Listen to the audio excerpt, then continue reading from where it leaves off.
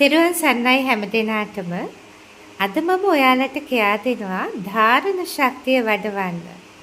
නැවත ආවර්ජනය කිරීමේ ශක්තිය වඩවන්න සිදු කරන්න පුළුවන් සරල අභ්‍යාසයක් පිළිබඳව. මේක ඉගෙන ගන්න වයසේ දරුවන්ට නම් ගොඩාක් වටිනා අභ්‍යාසයක් වේවි. හරිම සරලයි. ඔයාගේ දකුණු අතටත් වම් අතටත් මාරුවෙන් මාරුවට මේක කරන්න පුළුවන්.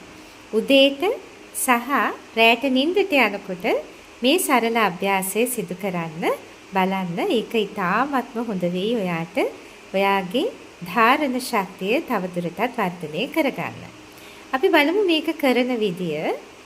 ඔයාගේ දබර ඇඟිල්ල සහ සුළඟිල්ල මාරුවෙන් මාරුවට මහපට ඇඟිල්ලේ නැල්ලීම තමයි මෙතෙන්දි සිදු කරන්නේ. ඔයාගේ මහපට ඇඟිල්ලෙන් මෙන්න මෙහෙම සුළඟිල්ල තත්පර 2ක් විතර, ඊට පස්සේ ආයෙත් දබර ඇඟිල්ල තත්පර 2ක් විතර, සුළඟිල්ල තත්පර 2ක්, දබර ඇඟිල්ල තත්පර 2ක්. මේ විදියට මාරුවෙන් මාරුවට කීප වතාවක් සිදු කරන්න. මේකින් ඔයාගේ හිතේ තියෙන නොසන්සුන් භාවයත් ඉවත් වෙනවා. ඒ වගේම හොඳ ධාරණ ශක්තියක්, හොඳ ආවර්ජනය කිරීමේ ශක්තියක් වර්ධනය වීම සිද්ධ වෙනවා.